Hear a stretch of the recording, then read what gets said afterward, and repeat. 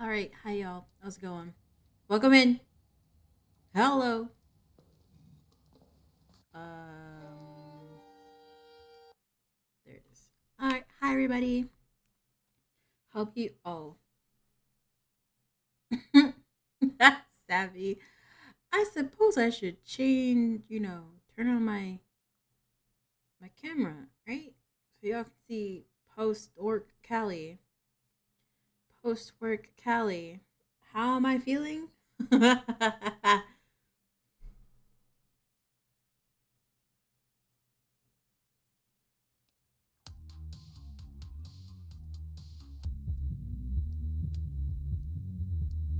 um, I'm all right.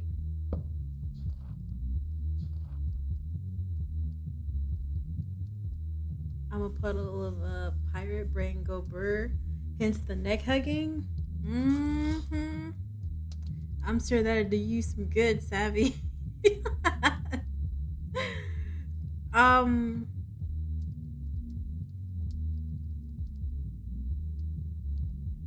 so at my job, we are in the process of changing or switching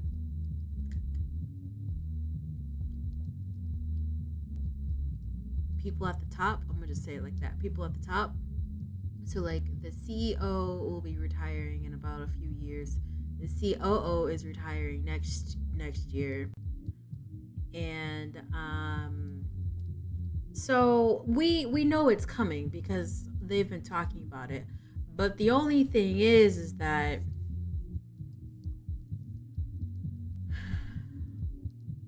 they're having a meeting about it, like to choose who they're gonna pick for the new CEO slash president. But the current CEO and president will still be here for like at least 2 more years. So he's gonna be taking on like half the duties or a little bit less because he's going into like retirement age as well. And today he was just like, "Hey, Callie, can you reserve this room for me and also send invitation to all 317 plus employees of the company?" And I'm just like, "What?" I was just like, "Wait, what?" I didn't say that to him, but in my mind, I'm just like, "You're about to make me send an email to like a calendar invitation to everybody?"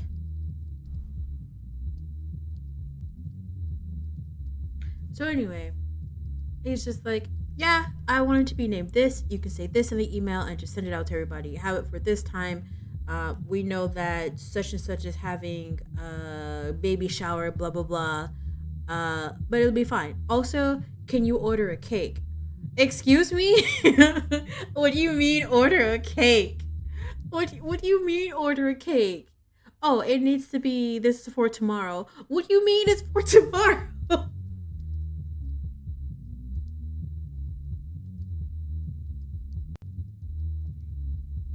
The way I called my supervisor help with the quickness, I'm just like, um, "Hey, supervisor, I need your help with something that's time sensitive, and I want to know like what's the best way to do it because how the CEO slash president was just like, Hey, okay, so the 317, that's not all at the office that I'm at. It's spread out around the different offices around the US. Um, so I'm just like, okay, supervisor, I need your help. What is the best way to invite all the employees to this meeting? Because CEO, president was just like, hey, you invite all the offices because all the offices have like their own email list that has everybody in their office. And she's just like, oh, you can do it this way. And let's see, let's check this room. Oh my God, let me check with so and so to make sure that we can do this and to make sure that they're not doing that. Blah, blah, blah. Give me 2 minutes. Okay, it took like 15, but that was okay. She called back. She said, it's okay. Let's go ahead and do this. And now we have to worry about the cake. And I'm just like, yeah, where do we go for cakes? Because I don't eat cake. I don't like cake like that.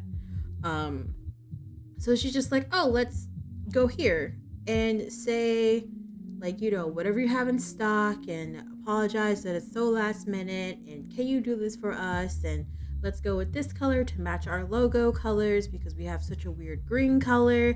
We'll go with this color and I can pick it up at this time after I drop blah blah blah off. And I'm just like, okay. And as soon as I go to order the cake, she's just like, hold on for 30 minutes. I'm like, you already making someone that don't like talking on the phone order something that they don't want to do. And already feel bad that they're calling at like 2 p.m. to order something. She said, supervisor just like, hey, hold on because I need to talk to so and so about X, Y, and Z because so and so marketing manager was in the office. She came over to my desk and she was just like, what's happening? And I'm just like, I don't know. He just asked me, CEO president asked me to do X, Y, and Z.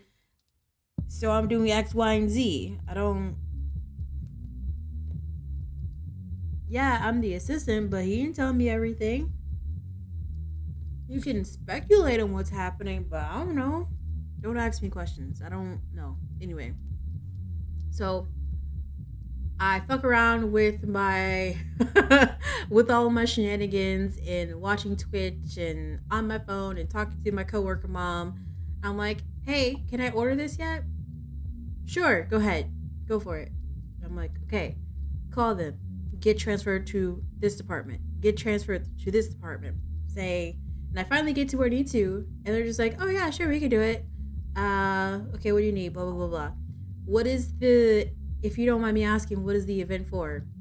I don't know. This was sprung on me like 2 hours ago. So just add this to the cake. Get this type of frosting. Have it say this, and do whatever minimum details or general decorations you will put on like a cake that says, congratulations or something. Oh, okay. Just let you know, we need at least 48 hours in advance. I know, and I apologize. I said this when I first started talking to you, but I apologize. This was sprung on me 2 hours ago. Okay, done. Callie, what is this meeting for? I don't know. Callie, do you know if this is gonna be recorded or email's gonna go out? I'm assuming so. I don't even know what it is. And then also, I keep getting dings from emails, people accepting the meeting. So last time I looked, it was 127 accepted, like 7 declined, and there's like maybe 5 maybes. So imagine getting notifications for each one of those. That's what was happening in my head, in my headphones. I was. So imagine me trying to call to like a grocery store, Syndics or whatever, Publix. You have that in your ear.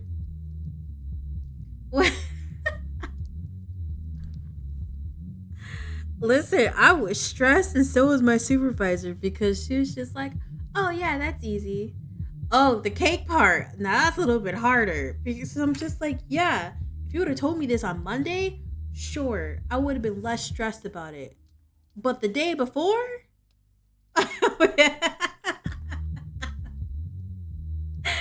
It's more like 150 people that'll be in my office, and other folks are scattered around the U.S. But still, uh, I was stressed.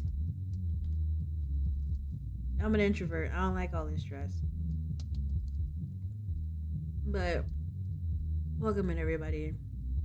I hope you're doing well today. Sinisters, how are you? Hershey, thank you for that lurk. Oh, I was I was a little bit stressed. I was stressed because the thing I needed to do caused stress for two other people that aren't directly involved, but they are involved. But then they were communicating with each other and not telling me what they were communicating. Then also the CEO and president was actually out of the office, so he couldn't necessarily respond to like any questions he was possibly getting or that I was getting. And I didn't want to talk to the COO because he's kind of intimidating for a different reason. So it was a lot. Hi Jazzy, hi Jelly. You'd be fired in jail, you hear me? And what about what you described about those notifications was me on Monday and the phone juggling, my supervisor, other supervisor, my lead, and the financial people all about the same patient. Like, please can we yeah. It was very overstimulating. It was a lot.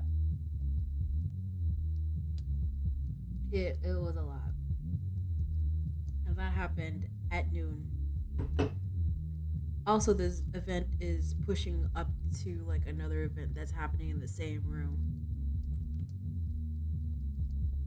Mm. Okay, I want to play Dead Rising 2 again. Just thanks to Bach. Do it. Take a break. Oh yeah, I probably should have put Monster Hunter on the roster for this week of games, but I digress. That was my day. That was like the last like 3 4 hours of work for me, and I still don't know what this meeting is about. Anyway, welcome in, y'all. We are back with our therapist duties today. We are playing Vampire Therapist. Also, a big shout out to Little Bat Studios who are gifting me a key to the game. I omitted that because I forgot. I apologize. Thank you, Little Bat Studios and Guillotine Games. You'll be around to hunt. I just need to choose a day and do it. I'm like, what day do I choose? Like during the week is not a good day, but then on the weekend I'm playing games that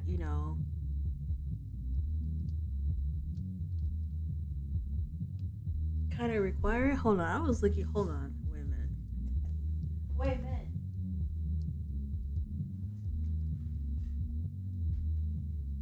Okay, I thought somebody stole my patio chair.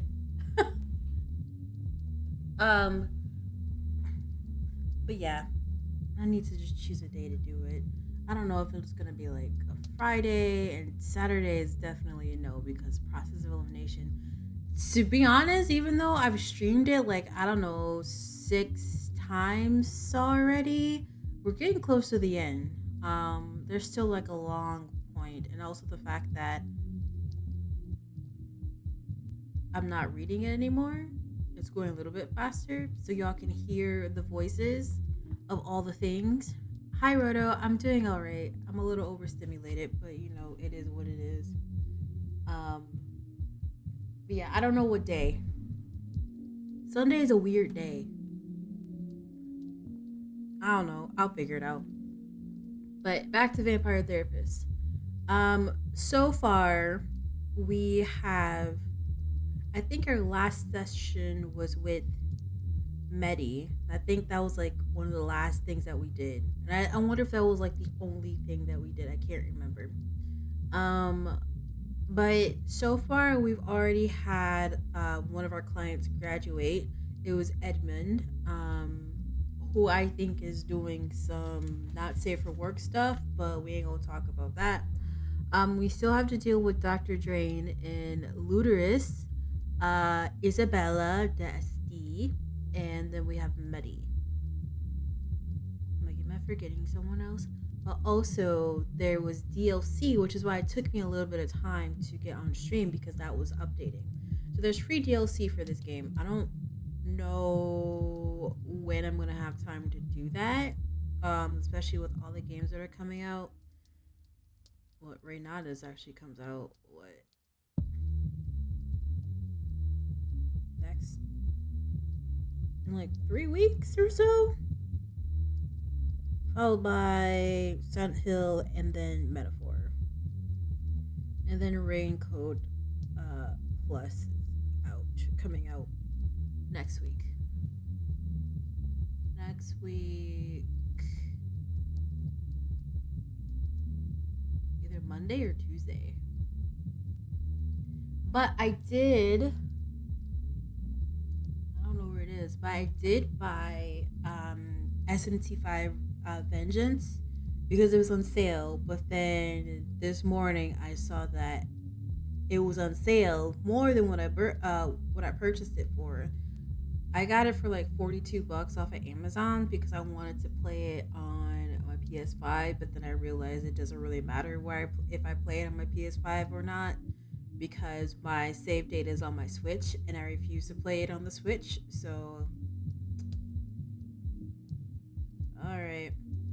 Um, but I saw that it was on sale for like $30, and I'm just like, can I, say, hey Amazon, I bought this game for blah blah blah, but it's on sale for blah blah blah. Can I get a small refund?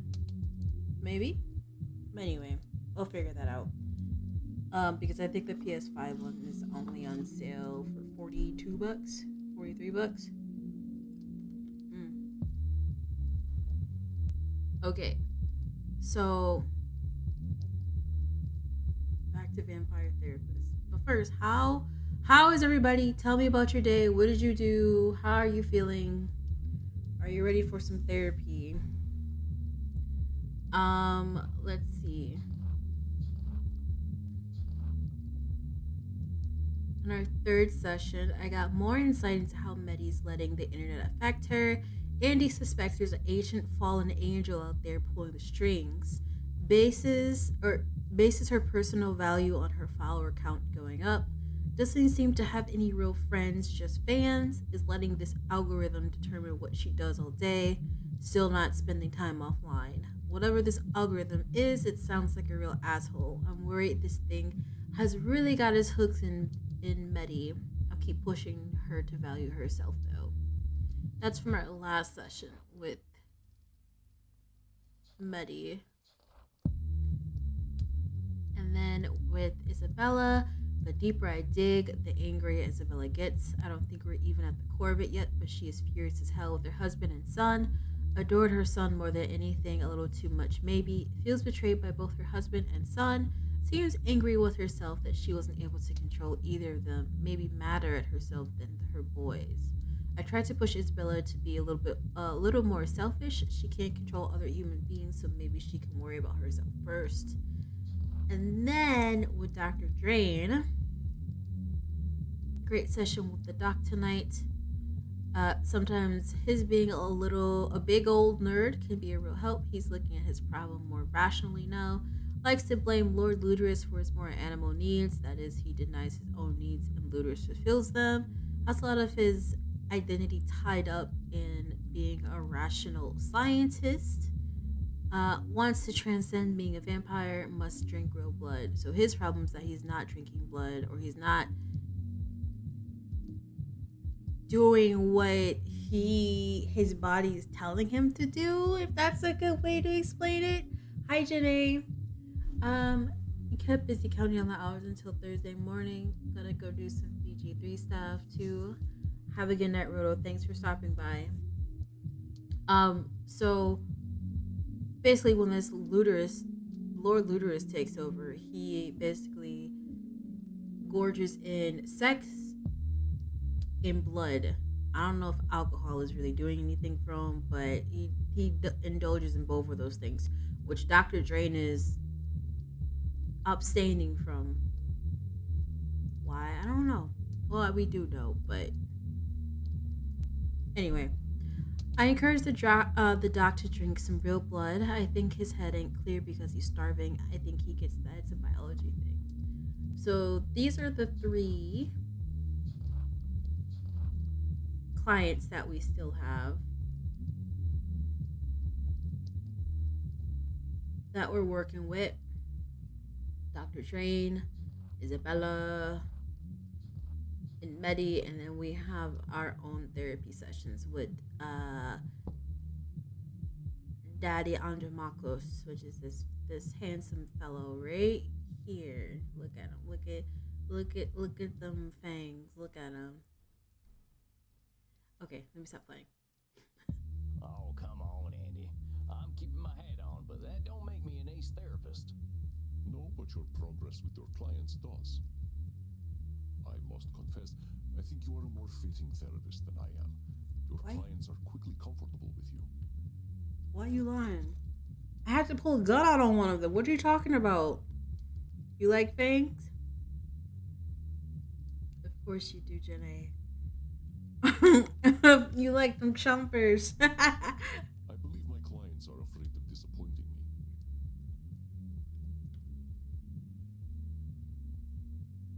I mean, I guess I can see where that makes sense. I ain't too keen to disappoint you either. You always make that face.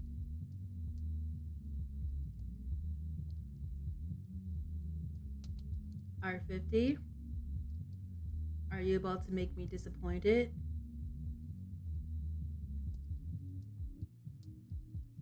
Hmm? Are you about to disappoint me? Listen, I like me some chompers too.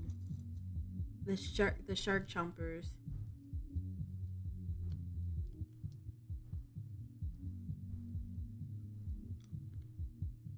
R50, what did you do? You might as well just say it. What'd you do?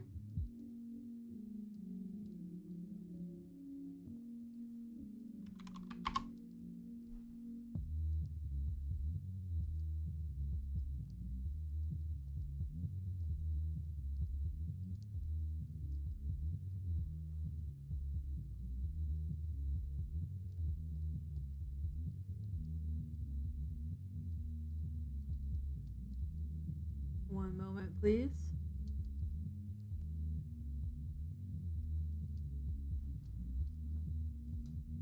The anticipation. The anticipation.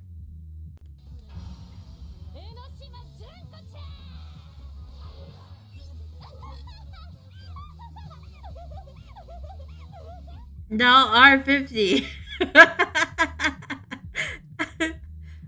Thank you for that, Reese. You are funny. You are funny. Why are you like this? Hmm?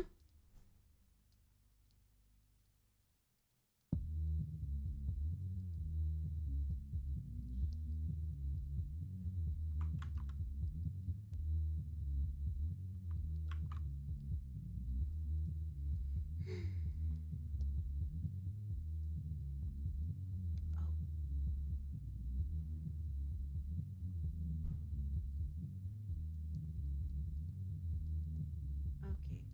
Thank you, R50, for that resub. 54 months? Holy shit. Thank you, thank you. Silly. What face is this now?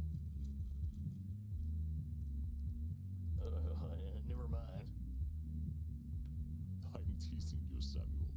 I understand. It can be difficult to relate to a 3,000-year-old being. So you are 3,000 years old.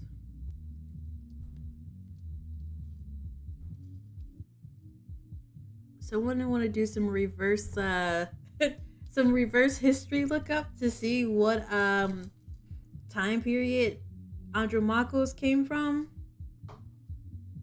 Will someone look that up for me? But let us not spend our time talking about me. I am more curious about you. Let us start with some meditation, and we will see what arises for you.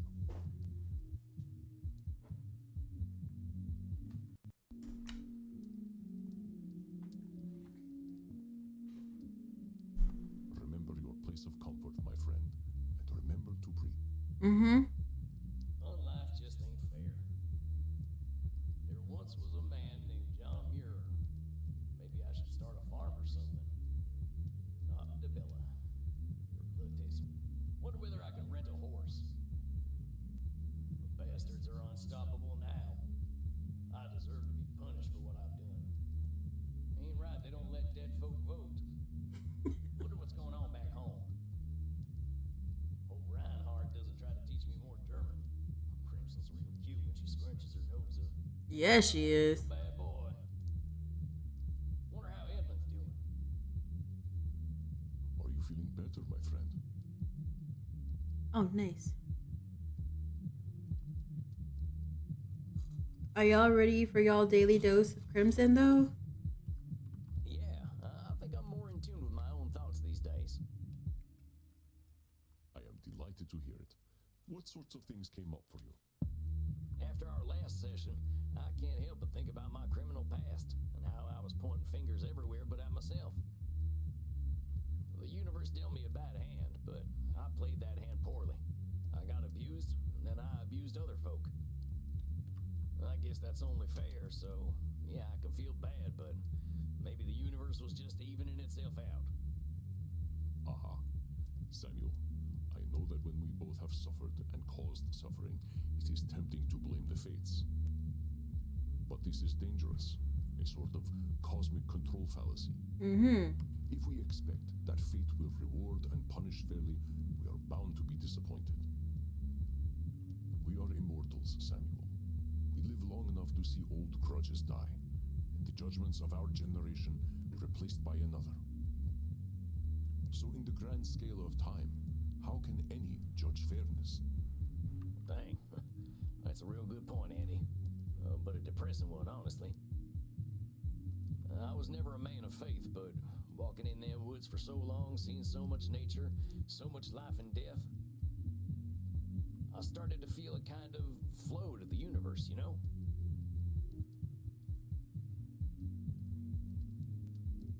Were you becoming one with the live stream, Sam? But it was interrupted? I understand, Sam. I am not suggesting that you deny any kind of spiritual faith you may have. It is fairness that is the fallacy. If we cannot define fairness, we certainly cannot expect it. Yeah, I think I see what you mean. Dang, another cognitive distortion, huh? No one ever said being human was easy. Yes, this distortion is called the fairness fallacy by mortal psychologists. Let me give you a few statements that might have examples of the fairness fallacy, and you try to find them. Where's this 3,000-year-old from? I don't know. I was hoping that y'all can tell me. Y'all can go down a rabbit hole for me. I work hard to ensure my club is dope because I believe in earning my good reputation. I work hard to ensure my club is dope because I believe in earning my good reputation. Hey man, like, maybe it's good karma and maybe it isn't, but I just like to put out some positive vibes. The great vampire banker Count Van Gelder has been an entitled prick for 6 centuries. It's only a matter of time before he gets what's coming to him. Alright.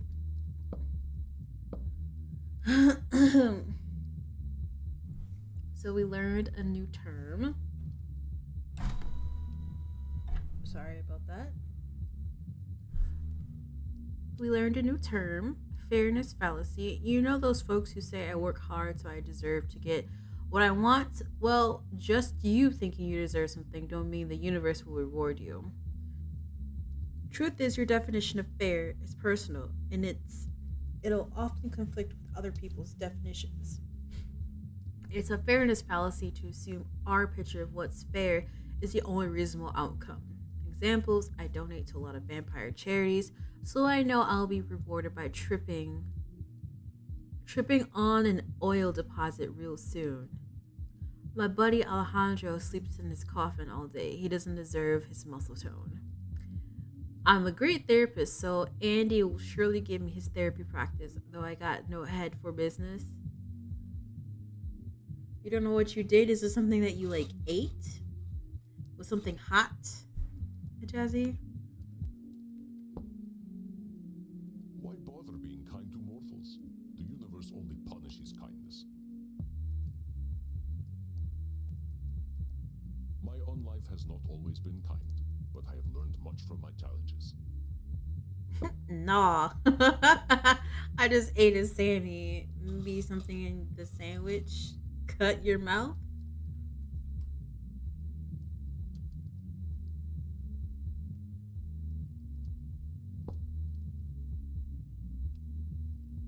Believe you are still missing a fairness fallacy or two. Let me repeat my statements for you. Let me hear this again. I work hard to ensure my club is dope because I believe in earning my good reputation. So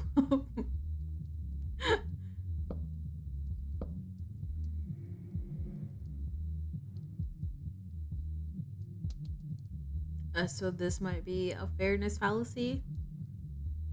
Feels like you jab something with it.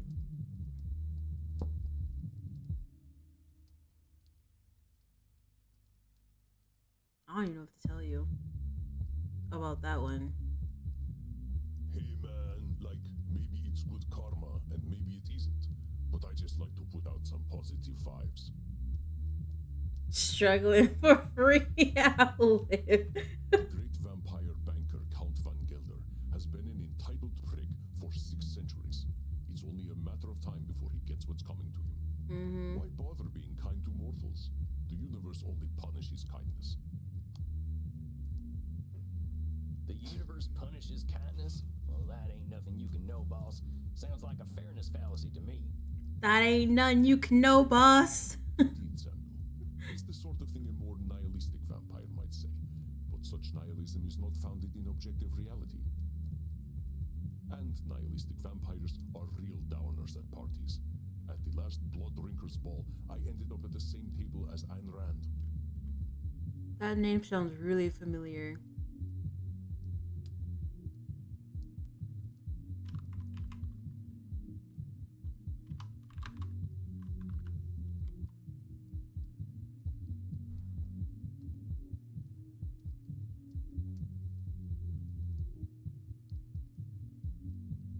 It's not what I thought it was.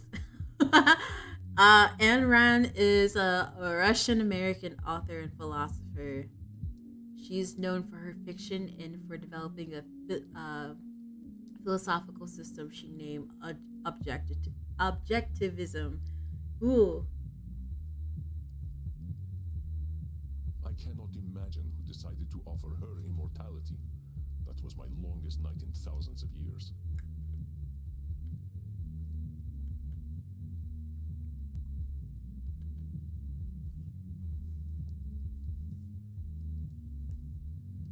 which one is older? Is it the Egyptians? Is that older? Or were they around the same time? Is that what you're telling me? Because he said that he was spending some time with some pharaohs. So But well spotted, Samuel. My own life has not always been kind, but I have learned much from my challenges. Believe you are still missing a fairness fallacy or two. mm-hmm. Repeat my statements for you. I work hard to ensure my club is dope because I believe in earning my good reputation. I don't think this is a fairness fallacy though, because he's working hard to get. Ain't that a fairness fallacy? I'm gonna do it anyway. Get a reputation by working hard might be disappointing. Let me stop talking, and I'm just gonna do it anyway. No, Samuel. I said I believed in earning my good reputation. This is not a distortion, but a personal ethos. Oh, right. Well, it's labeling then. I'm sorry. You said your club was a dope. Well, that's labeling, ain't it? Just dope, as in cool AF. What does the AF stand for? And fun? And friendly? Oh, Samuel, you must spend more time downstairs. The children of the sun will teach you their quaint expressions. my goodness. I know.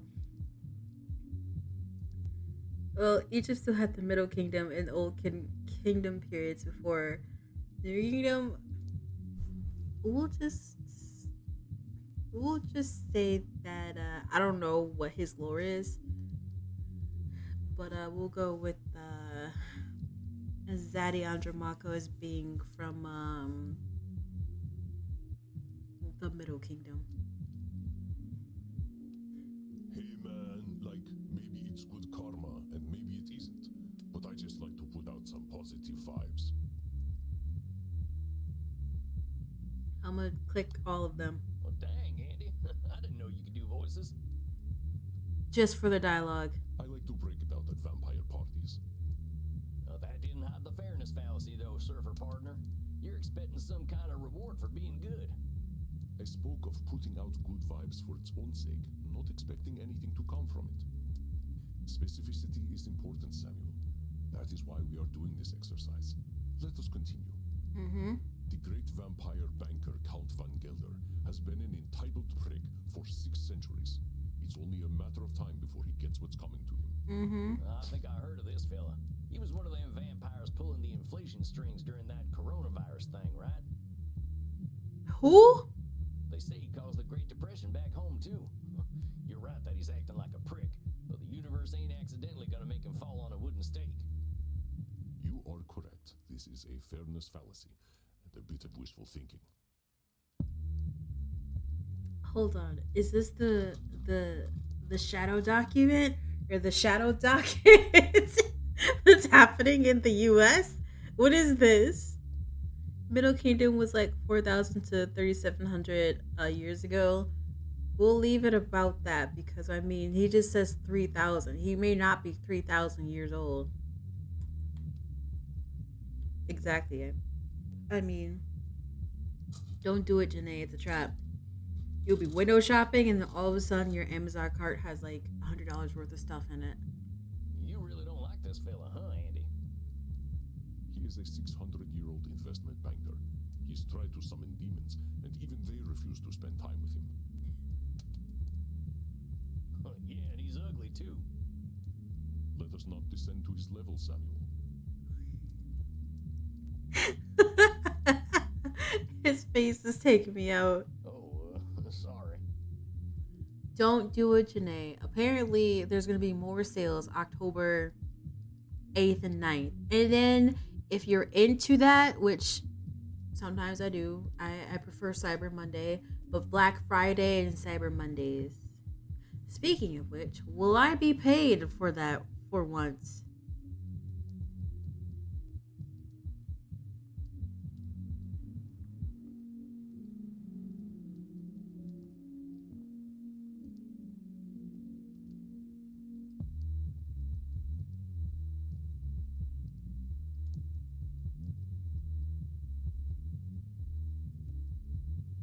Damn.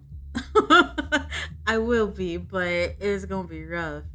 Anyway, For you would never reach the bottom. Andy. I got all the fairness fallacies, right? Indeed, you did, Samuel. You are most adept at tracking down cognitive distortions. I got a good tracking nose, I'll tell you that. I can't tell you the incredible things I learned just being in nature for so long. Yes, you speak quite highly of this time. This is where you discovered the concept of cognitive distortions, and you said something about a flow to the universe? Oh, yeah, that.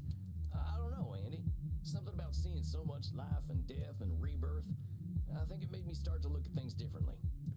It sounds as though it was a spiritual experience for you, Samuel. I think it was too. My buddy John, he showed me the way. John Muir, you probably know who he is. Yes, of course, the American naturalist. He made the entire United States agree that its nature was beautiful and worth protecting. Imagine a whole country is just like, nah, this is too much green. We need to get rid of it. No national parks. No flowers. No trees. Gone. That's John, all right.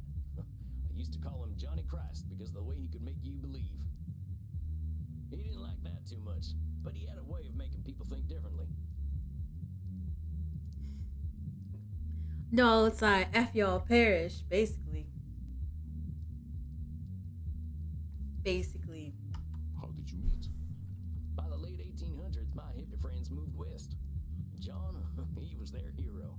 He walked and thought, and no modern comforts. The late 1800s. My hippie friends. Wait, what what did hippie mean in the 1800s? Because when I think of hippies, I think of like the 1970s. We got along well. He liked that I never got tired. We usually walked in silence, appreciating nature. He'd draw, I'd write. I think it was the first man I fell in love with. I was still a young vampire then, not even a century old, thinking I was straight. Oh, Sam. Most of us need a good 100 years before we are ready to open Pandora's underwear drawer.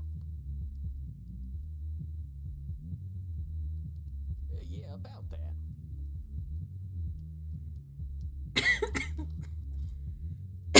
Pandora's underwear drawer. Okay.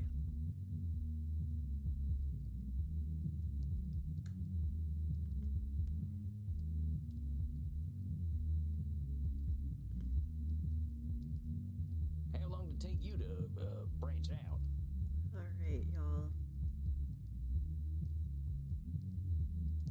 Oh, Samuel, death had little effect on my sexuality. I am from another era. Do you remember the 1970s? They were nothing compared to the 970s BC. R50, where you at? What time period was this? Who was around this time? The stories I could tell you. One night, my friend Heraclos and I snuck into the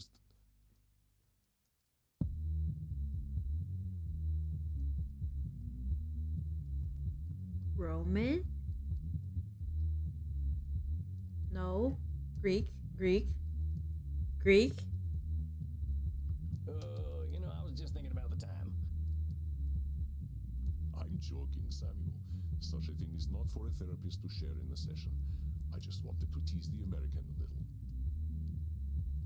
Well, I think you're being real mean. Sorry. That's what I used to say to Princess when she was being naughty. I am honored to share the space in your mind occupied by your beloved horse. Mm-hmm. Why are we such sexy beasts anyway, Andy? Seems even the mortals know what we're like. We are powerful, immortal beings. Our capacity to explore is something no mortal can dream of, as is our capacity to be bored. Dr. Drain might say that we have dopamine cravings that become harder to satisfy over time, and that might well be true. Wait, so the older we get, the hornier we get?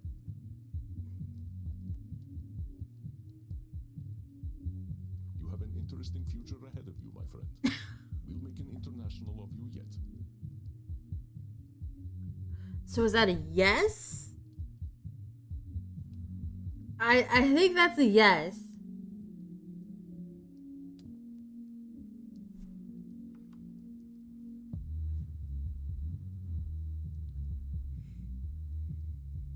I've been wondering, are there older straight vampires out there? No. Sexual exclusivity of any sort seems incompatible with immortality.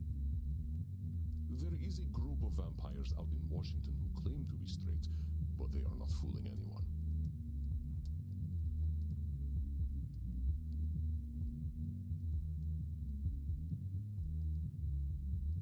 1970 BC.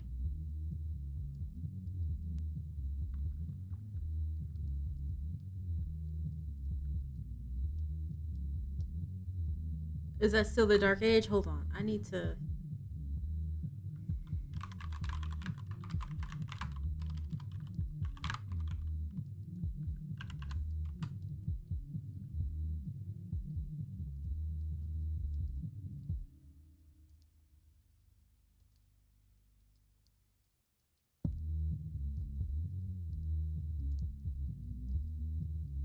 So the reason why I had to pause is because I need to look up something.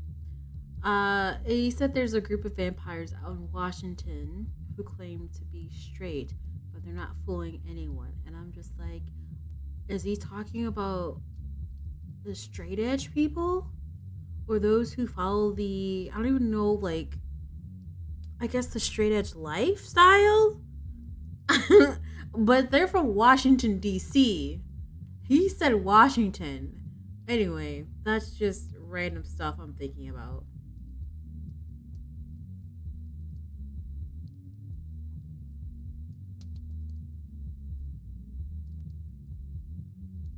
Very interesting, R50. Thank you. Thank you, thank you. Oh, that's my curiosity satisfied. But speaking of which, I was talking about John. I fell for him hard. He wasn't into me like that, though. I don't think his wife got much from him, neither. That man was married to Mother Nature. But he was good company. I helped him map the West by sharing what I'd seen at night. I offered him my blood, but he was offended at that. He valued death and pitied my immortality. He just liked things as they were. If Sam offered you his blood, would you take it? If Andy, Daddy Andromakos, offered you his blood, would you take it? Would you take any vampire's blood? And if so, who would that vampire be?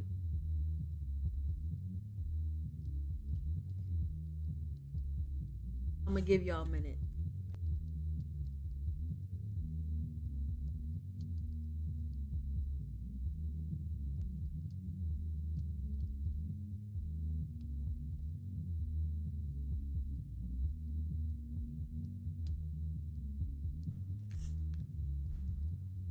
I wish I had met him. His mindset aligns with accepting things without judgment, as we explore in therapy. He was an incredible fella. When he told me, Sam, I'm gonna get Teddy Roosevelt to make a law protecting all this, I believed him. Before he died, he urged me never to forget the earth. But I got busy roaming and didn't notice the wilderness shrinking. My old gang tracked me down and drove me to you. If I can't help them see another way of living, they'll destroy this planet. How is a group of gangsters going to destroy a planet? Right. Well, the mystic bastards are doing more than robbing banks and holding up trains these days. They got organized. And now they're called Sanguinius Health. They're a health insurance company, draining folks of their blood, money, and hope.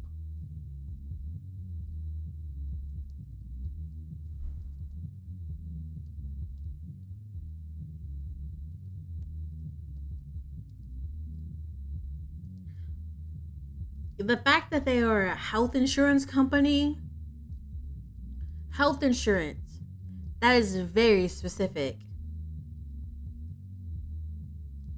It also really messed up. Well, they're big now, too. Real big. Got friends in high places in the mortal world. Nobody knows they're vampires. I was not aware of this company. Well, they're good at keeping secrets. Even in the 1800s, we had a code language. They'd bring on the infinite dawn if it made them money. If I can't stop them, they surely will. This sounds serious, but remember to not let your fears distort your thoughts. When we foresee only a negative end to a complex situation, this is called catastrophizing, another extreme that colors our thinking. Funny story. My supervisor and I were going into the basement of our company to get like supplies and put stuff back. And she was talking about one word that she couldn't say because she was stumbling over it as we were talking. And I told her, I'm like, there's this word that I can't say, but I know what it is. And it's this word right here, catastrophizing. I could not say it for like the life of me. And the funny thing is that it's now making a comeback. And I'm just like, oh, that's really funny. That's funny. All right. Catastrophizing. As vampires, we can imagine the worst outcome to any situation because we've seen some real shit. But expecting disaster from the smallest issue ain't being honest with reality, which is what I do all the time. But it's just overthinking things. Catastrophizing keeps us locked in fear of doom, but we can break out of it if we keep our cool. Examples: dang it, I missed a shot. Now my reputation is gonna be shot too.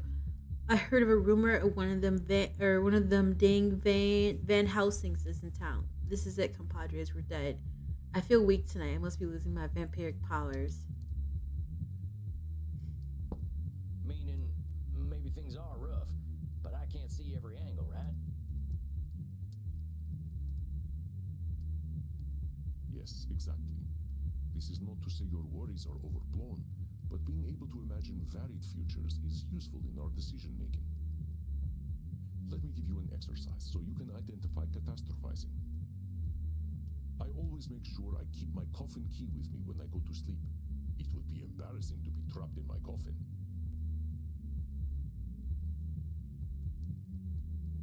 I sent my friend Bazul the Bloodborne a funny cat video, but he left it on red. He is surely plotting my demise. That sounds like a pretty strong assumption to make. Maybe Bazul the Bloodborne was busy doing a puzzle, or knitting a cape or something. You are so wholesome, Samuel. I think I know what Bazul was doing, and it was not knitting. It could have been countless things, so you are correct. It is unlikely that he has left me unread out of malice. It was a really good cat video, though. I will send it to you later. Oh, you never responded to that funny video I sent you of the horse pretending not to like carrots. That was a good one, huh? Oh, I will have to remember to examine it later. I don't think he watches any of my horse videos. I saw a rat in my club the other night. The health inspector will certainly shut us down and expose me as a vampire. I don't think one rat showing up at your club is going to make the health inspector take you down, boss. I mean, the rats were some of the cleanest things at a few saloons I've been to. You are correct. That was some clear catastrophizing. I have not seen a rat here ever since I hired Bert. Did Bert eat them? I can't say I ain't had a rat-eating phase myself. Oh no, Bert eats everything. He's kind of like a vampire goat. I do not know how he does it.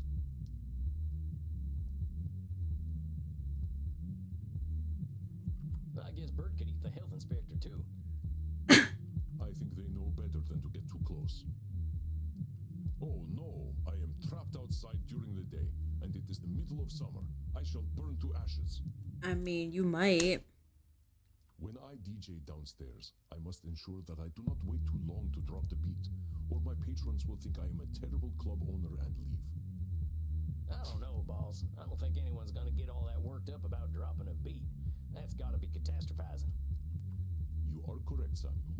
I am sure they will forgive me. Though, I do not let the beat drop too late or too early, but precisely when I mean to.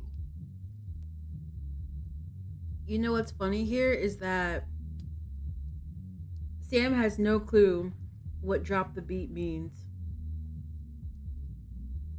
All right there, Gandalf. Who is Gandalf? Never mind. I think I get what catastrophizing is now. It's just hard to see other angles when I see how powerful my ex-gang's gotten, you know?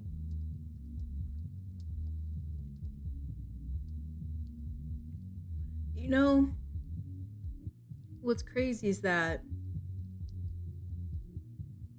with the amount of information that Andromachos has, he doesn't know who Gandalf is. And that just made me think about, you know, there's people that don't know Lord of the Rings or The Mummy or Star Wars or what are other big movies? I don't know. Like, those are the bigger ones that I could think of right away. But it's just really mind blowing because I'm just like, those are everywhere. But I know them. Well, they're just like I was. Maybe they've gotten better at being evil, but I get where it comes from now. That's why I feel this responsibility to help them. Leave them, burn them, throw them in the sun. Now, I know that's a control fallacy. Maybe I can't help them, but I do want to try. Wanting to guide them out of the darkness is not a cognitive distortion, Samuel. It is a noble aim, truly. Yep, throw them into the sun in the summer. I'm just not sure I can do anything. I'd probably just make them worse.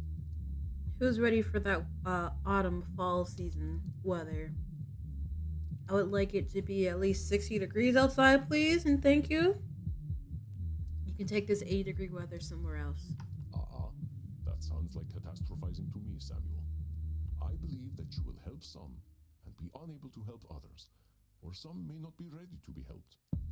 You are doing exceptionally well, Samuel. My bad. I have seen your clients slowly changing the way they look at themselves. Accidentally skipped that line. 60? No, I gotta be 60. I don't know, Andy. Seems like there's a lot of work to do. There always is. That we will have work to do is one of the few things we can truly expect. Well, I surely hope things keep going well. I am not a man of faith, Samuel, but I do have faith in you. Oh, gosh. Gorsh. Come, let us wind down together. Perhaps you'd like to play Settlers of Wallachia with me?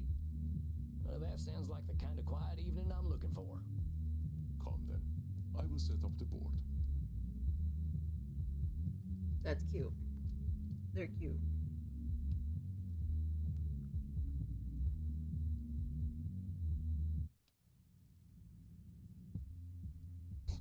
Good evening, Samuel. I hope we are feeling good about tonight. So we're meeting with Dr. Drain tonight. Honestly, yeah. I think Dr. Drain's starting to accept himself. That's what this is all about, ain't it? Indeed, Samuel. There will always be room for self-improvement, of course. None of us are perfect, and none of us are irredeemable. Mm-hmm. I reckon so. Whoever shows up tonight, I'll give him that same benefit of the doubt. Be Lord Luterus. Bro, go somewhere. Don't make me pull out my gun on you. You're a wonder, my dear. What distortions do you think you'll focus on tonight? Let me save.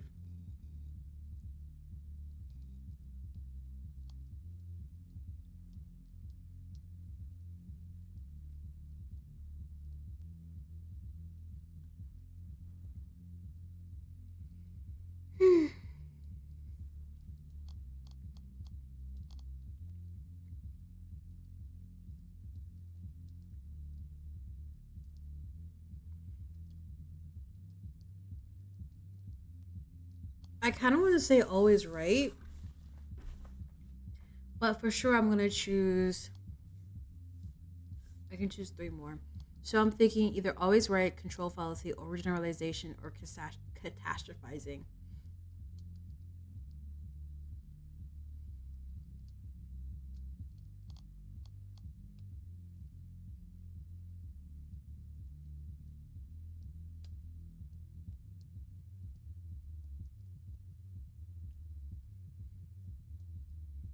It's the good boy with the bad inside voices. Yes, wash you. Yes, it is.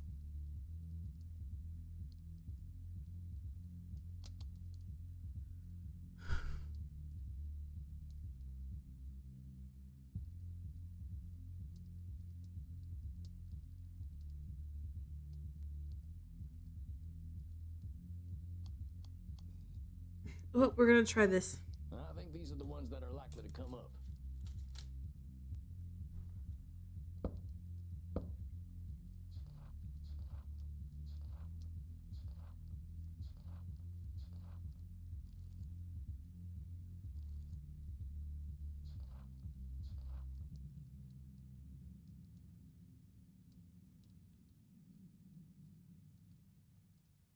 They all do, one way or another.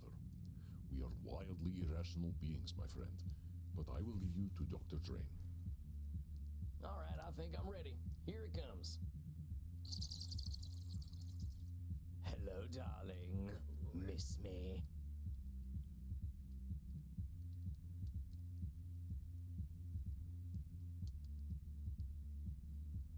This is not the good boy.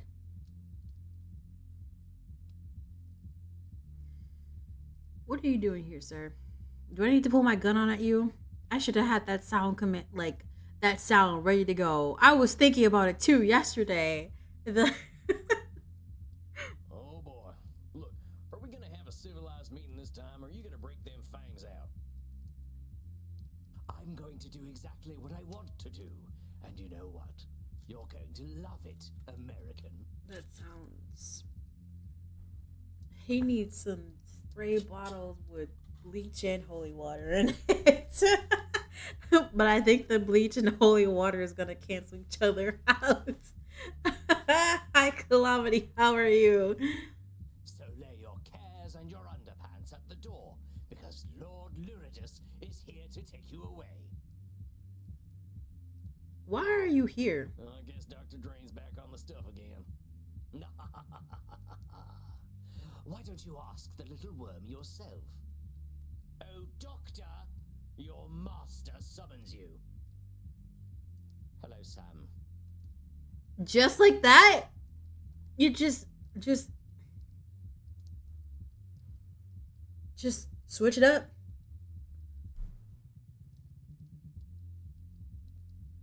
Doc, what's going on here? Why is Lord Luridus calling himself your master? Oh, brother. Because that's what he is. You've helped me accept that, curse you. Whoa there, compadre. How did I help you accept Lord Luridus as your master? That weren't ever a thing I encouraged. You were correct. I was approaching my issue unscientifically. I thought I could restrain him forever, but I was suppressing my vampiric needs. I had to accept the scientific truth. I am not nature's master. Nature is the master of all. To fight that reality is folly. It is sad to see this hopeless, dire stance Dr. Drain has taken. We are rarely so helpless. I had to accept the scientific truth. I am not nature's master. Nature is the master of all. To fight that reality is folly.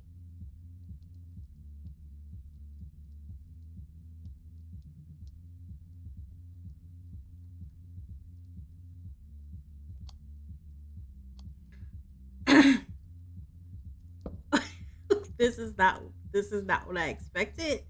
I'm just like, we just told you to drink some blood. That's all we told you to do. We didn't tell you to accept this fool.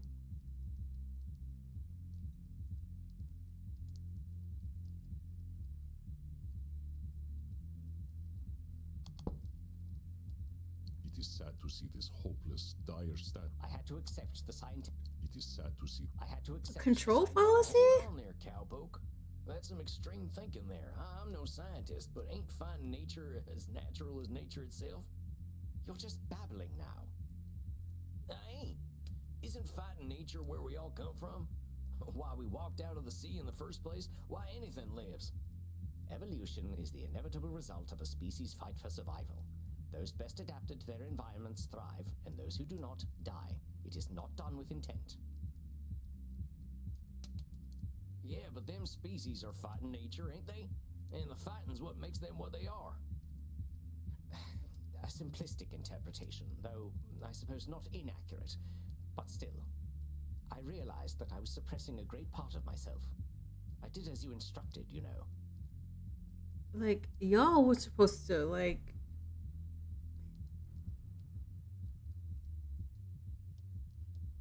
come together. Not like this. I drank blood. Real blood. And it was incredible. Mm-hmm. I had forgotten how it was not just the taste that made one feel satisfied. It's the feeling of life that it infuses in the body. Mm-hmm. I felt strong, confident, above the petty worries and squabbles that come with mortality. Mm-hmm. I felt like a vampire, like the base creature that I truly am. What choice had I but to welcome the truth? I am a slave to my nature. Hi, Ace. So you see, I am his master. I always have been, and I always will be. Just as I told you, therapist. I don't like how easily they're switching between each other. I don't like.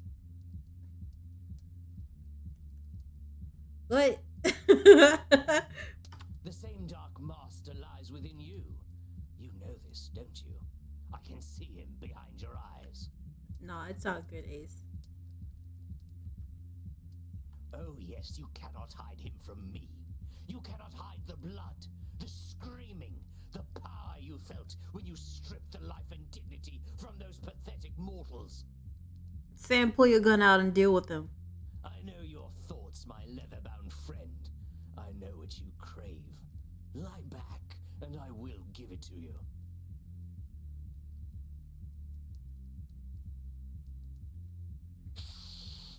You poor, pathetic creature. You cannot even accept my gifts, can you? We need that Your spray mouth bottle. is your chastity cage.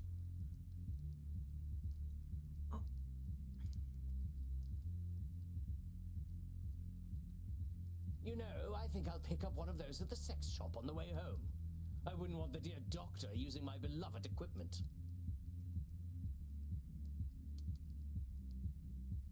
You really think you can dominate him completely?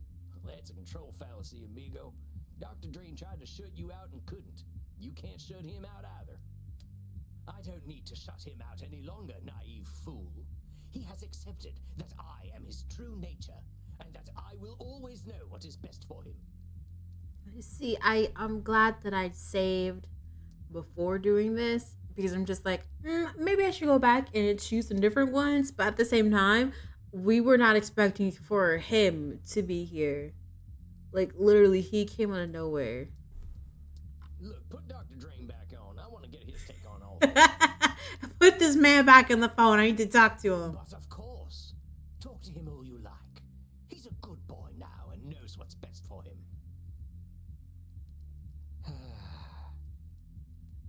Doc, what's going on here? This ain't you.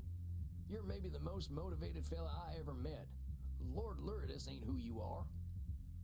Don't you see, Sam? He is who I am. When I drank that real blood again, I knew it. I felt him. Every time I indulge, he will take over. So I'm getting like 3 things here. Actually, 2. Maybe 3.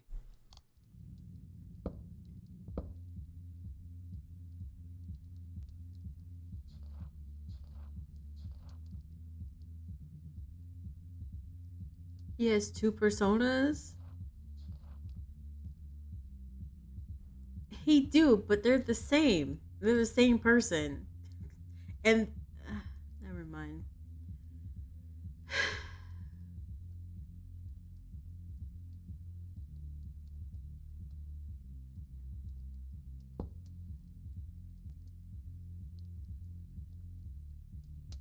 Look, Doc, you're going to the most extreme consequences here. Thinking the worst is gonna happen every time you drink blood ain't too scientific. Maybe you ain't got your intake right yet. Or maybe getting a bit more satisfaction will make Lourdes less, desperate. Him showing up doesn't need to be the end, partner.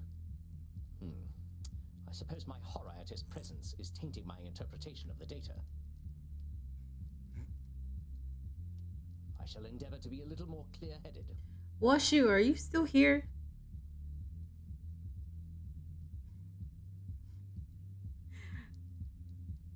Also, I don't know if I like told you this, Washu, but remember that one professor I mentioned earlier this year? That's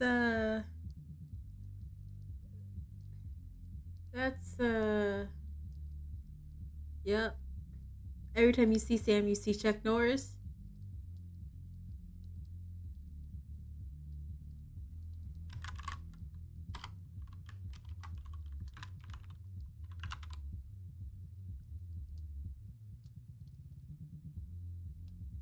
This man is 84 years old, and yes, I can see it. I forgot all about Chuck Norris.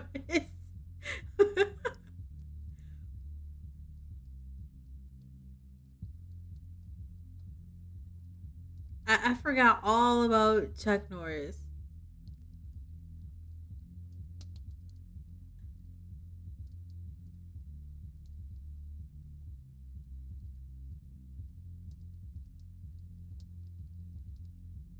Wow, how old is she? That's why. Hello? Okay. I was looking at his wife.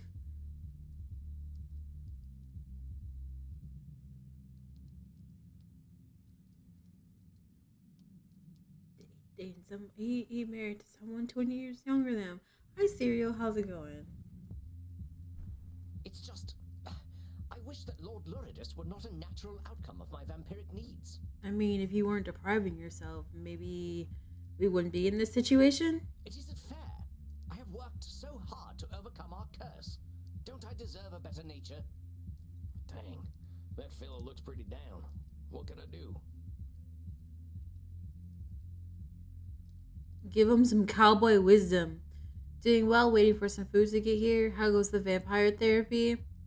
It's going. Partner, I gotta pass on a little cowboy wisdom here. And that is, a horse is a horse. Of course, of course. Good God. I think my brain just succumbed to age and rotted out of my head. Ah! What is cowboy wisdom? I shudder to imagine what cowboy ignorance is. I'm serious. Tell me, Doc, what is a horse? Equus ferus cabalus, an ungulate of the family Equidae. Herbivorous perissodactyls, they... No, I didn't say classify a horse. I asked what is a horse. What do you mean, what is a horse? I'm asking just that. Don't describe it, just tell me what's a horse. What the hell are you saying? A horse is a horse. Of course. I'm sorry, when is the sunrise today? I think I should like to meet it. Oh no! And what are you, Dr. Drain? I'm a vampire. And a vampire is a vampire. Of course. So what would you tell a friend who's feeling bad about being a vampire? I would tell them that it is ridiculous to feel bad about what they are. Well, let's soften that up a little. I would tell them there is no reason to feel bad about what they are. So why don't you tell yourself that? Oh no! Like the Doctor Strange reactions are some of the reactions that I have when people are just like, Callie, you need to be X to yourself. You need to, not overthink X or blah blah blah. His reactions are similar to mine. Ugh, excuse me. You all right there, partner? Just give me a moment. Dr. Drain, there is no reason to feel bad about what you are. Imagine not overthinking. Washu, were you here when I was look at him, right? You see him, right? Did I tell you that he looks like the professor I mentioned earlier this year?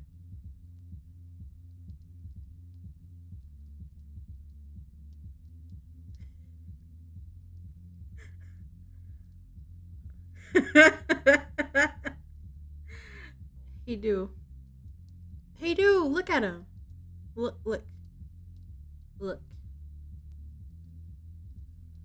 Don't say his name, but look at him. Yeehaw! Now that's what I'm talking about. Yeehaw! Let's go! Please tell me you did not just yee-haw during my breakthrough. I did. Couldn't help it. I'm proud of you, Buckaroo. Hey! Don't ruin it for me. I'm sorry. I was killing a bug. 1 second. There we go. No, this is a professor that I had a mild crush on at the university I worked at. I used to see him every year, and he had like the most perfect smile and dimples. And he was an engineer, so he making that money, and he was single too. Anyway. Oh, yes. Dr. Drain should be very proud of who he is. Sir, we ain't talking to you. Actually, yeah, we are. You forget, my little gun fetishist friend. I am Dr. Drain. I am the truest part of him. What's mind blowing to me is that they could just switch whenever. Like, I thought Lord Luterus came out when he was like bloodthirsty, hungry, whatever, indulging in what have you. But no, he just comes out whatever. Hello, I was talking to Dr. Drain. Like, Dr. Drain, are you running? Are you running? Hey, come back here. And you have no idea what depravities I've been up to, what uncharted places I have explored with my tongue alone. Sir? And it's all Dr. Drain's fault. He made me feral.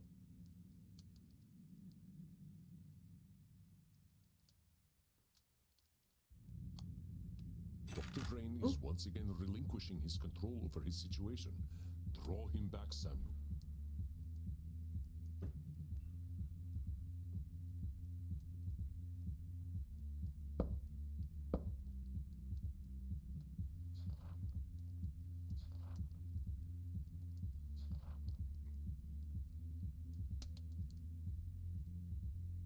The man's got a compliment and couldn't handle it.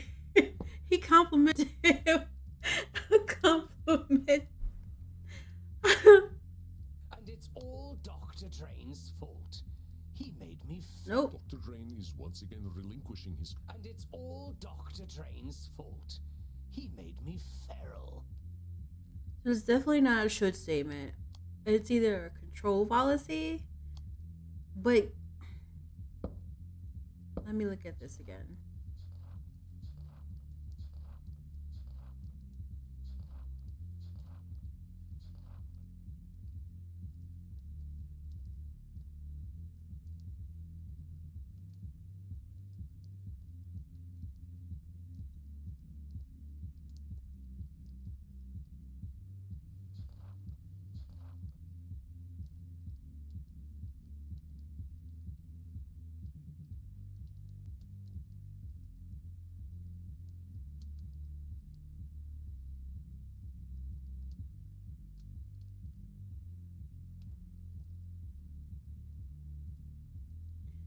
So I'm thinking it's either disqualifying the positive or control policy. However, I'm kind of going through all of them because it's definitely not a should statement.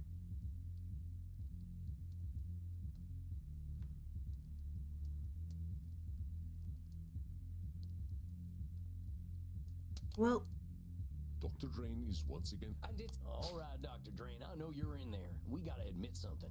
You're giving a little too much blame to Lord Luridus here. You can control this guy, but because you're blaming him, you're giving him a pass to be depraved. That's not why he gives me a pass, darling. It's because he loves depravity. mm-hmm. The murderous little pervert can't wait for me to take over. I should be so proud of how filthy he is. You know why he loves it when I take over? Please don't go into detail. Please don't go into detail. Because it feels good. He knows that. Because he feels that delicious blood euphoria. It is because that is what he is meant to feel.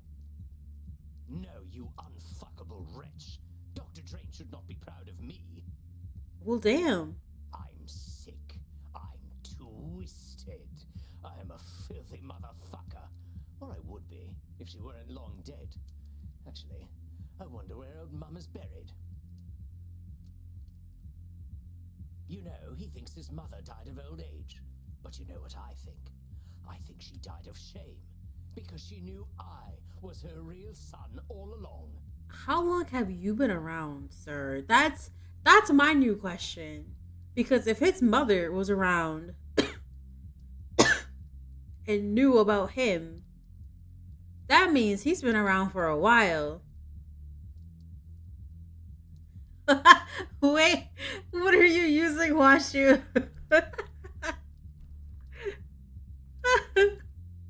Hydrate.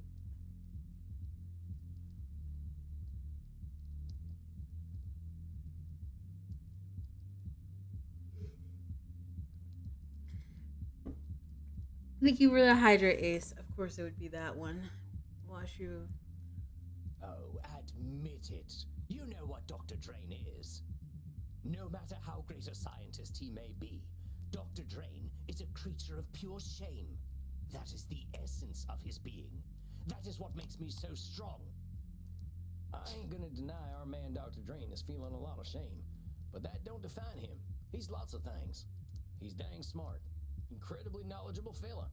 He's pretty funny sometimes. Got that real British type of humor. Oh, Sam, you are such a simple man. And he's real determined. I ain't never seen anyone work toward a goal like him. He's a hell of a lot more than shame. Do you remember how I told you I didn't have a gag reflex? I believe I might have been wrong. Why, I believe you've inspired something in me. I can add a new sentiment to my feelings about your little doctor. Pity. Tisk, tisk, tisk. Such a shame. Now why must you deny the poor little worm? If he loves science as much as he pretends to, he knows that I am inevitable. He should give in to me. Oh, Lord No? Lourdis does not write Dr. Drain's rulebook, much as he believes he does. If he loves science as much as he pretends to, he knows that I am inevitable. He should give in to Oh. me. It ain't up to you to decide what Dr. Drain should or shouldn't do. All them shoulds were the thing that made him lock you up in the first place.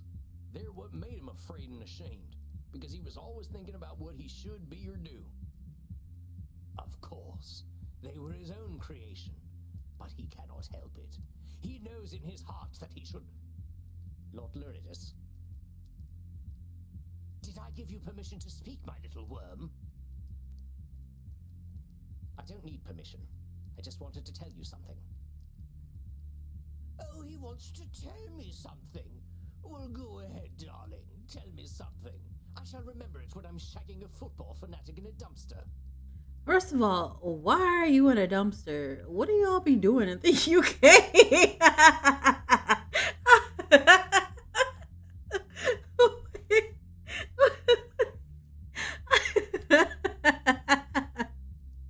I accept you.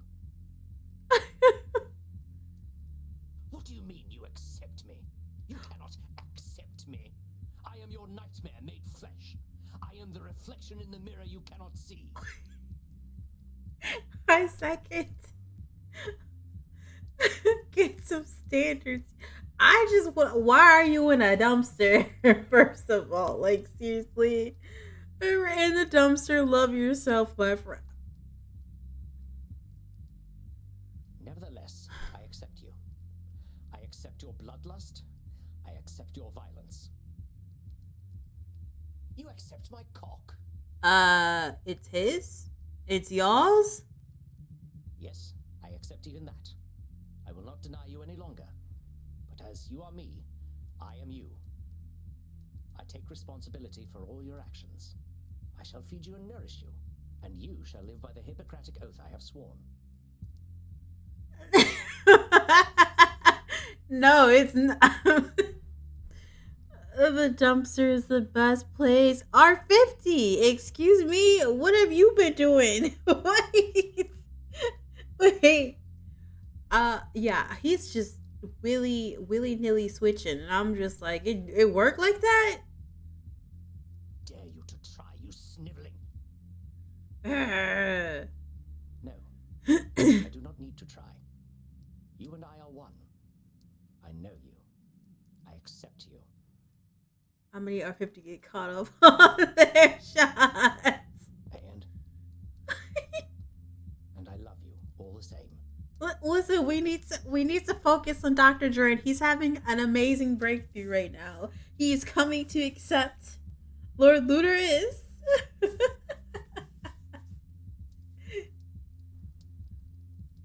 Curse you. Curse you both. You sicken me.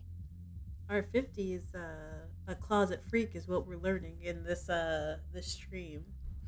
Well, how are you today, Second? I hope you're well. You do not sicken me. I accept you.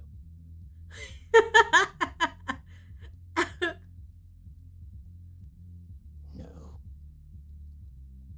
I accept you. No!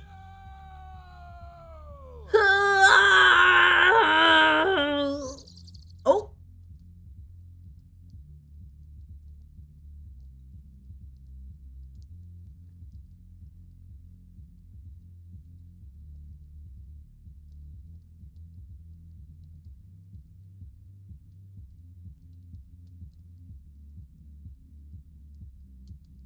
Dr. Drain?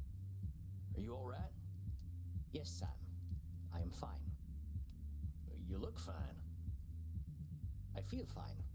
It is a very new feeling. I'm not sure I know what to do with it.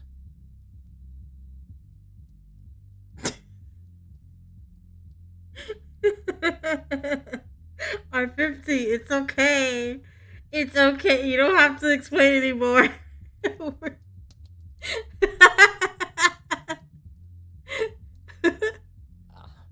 I can't believe I'm saying this, but do you want to go down and dance in the club?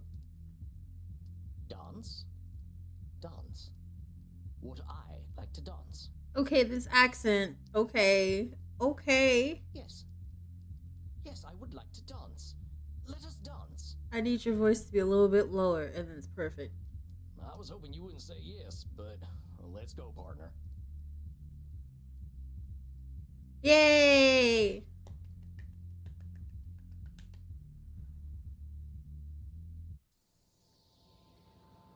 Come on, Sam. Let us cut rugs. What the hell is cut rugs? I ain't much of a dancer. Neither am I, but dancing is what I feel like doing. I guess we're dancing then. Now, what the hell am I looking at? Crimson! Our love and Bert. Bert, you be nice.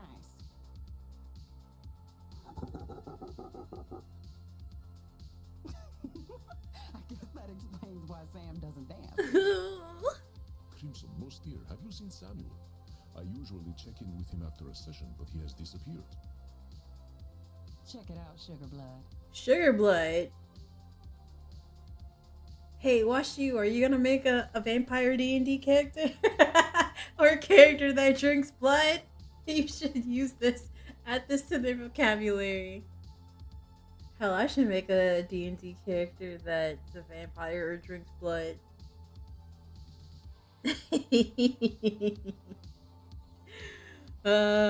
Speaking of which, I need to check on Gorham about our Discord's D&D session. What is he doing?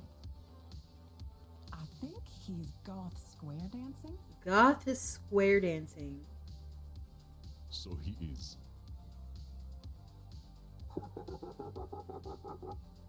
We should not laugh. Now circle right and do-si-do.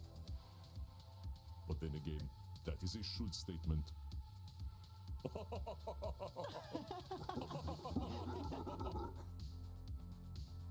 That's wholesome.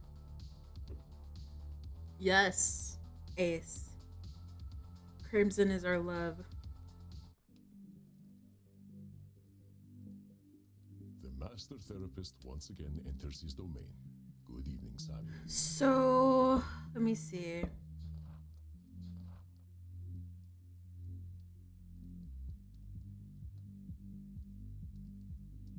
So then I wonder if we're still gonna have another meeting with him. Or did he graduate?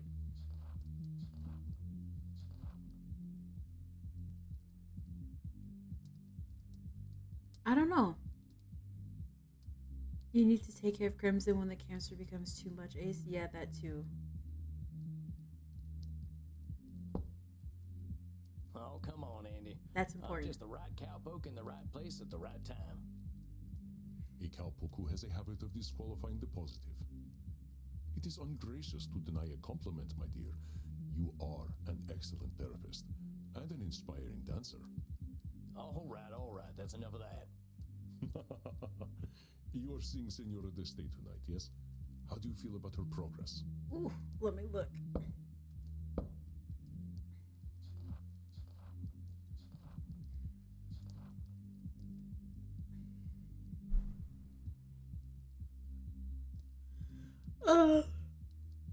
Excuse me. So I definitely want to do blaming, always right, control fallacy, and then I need one more. I don't know what that one is. I don't know. That lady can really hold some grudges. I think she's starting to think about herself a little more, though. An ancient grudge is a difficult thing to forget. It can become a part of one's very identity. Mm-hmm. Vlad Tepes only became Dracula because he was obsessed with the Turks, remember?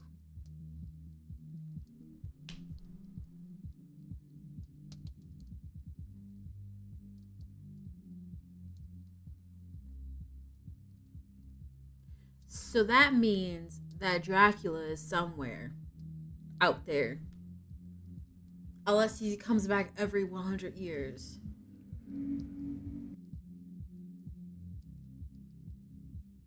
Yeah, I don't think the Senora's that far gone. Do you feel you are prepared for whatever distortions she might bring today? No. Well, let me think about that.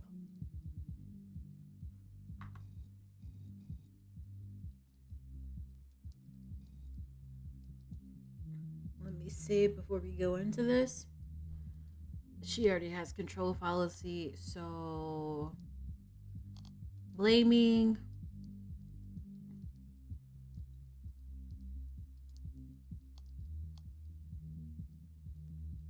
labeling,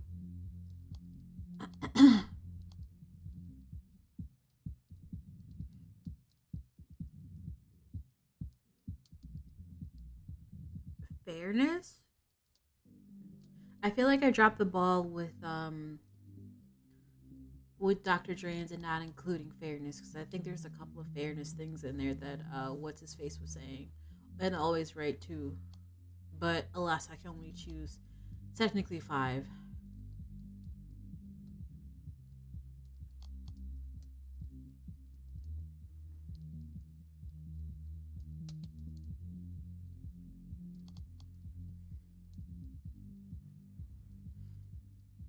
Well, let's see what happens. All right, filled my chamber. I'm ready to go. Ugh, I don't remember people being like this about crossbows. Well, you can take the cowboy out of the West, but you can't take the West out of the cowboy. So it would seem. Well, good luck tonight, Samuel. I will leave you to it. All right, deep breath, Sammy boy. Here she comes. Bonanati, Senora. That's just as bad as bone apple teeth. What?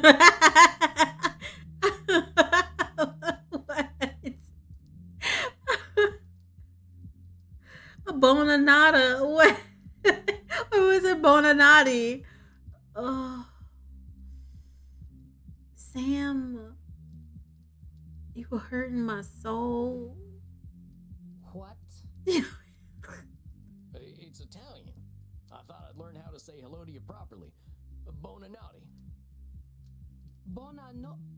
No. No, I cannot repeat it. Interesting doll hairs. Oh, exactly. Oh, I appreciate your attempt to speak in my language, but please do not attempt to do so again. oh, she was nicer. We'll do fine. She was nicer this time. Okay, okay. Good evening, Senora. I apologize. I am feeling delicate tonight. Okay. What's going on, Senora? The realization that I am merely a repulsive, angry old woman becomes disappointingly clear.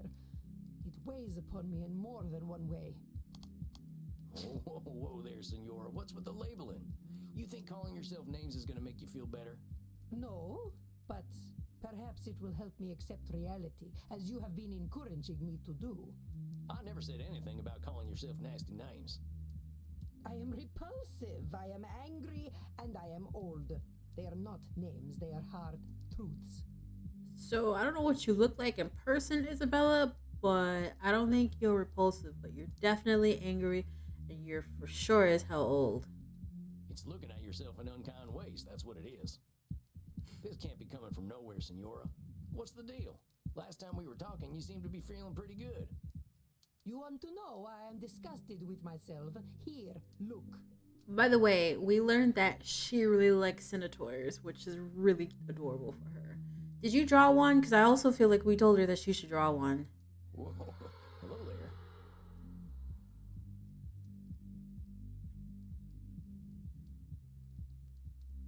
First of all, she's really good. Second of all, who is that? Is that me? Uh-oh.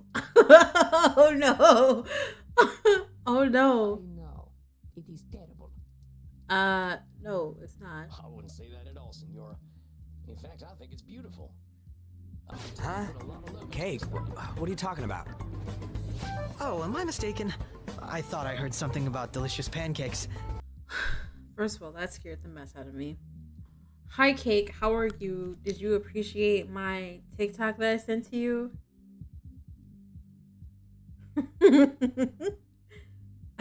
I hope you did. Because that's the stuff I see.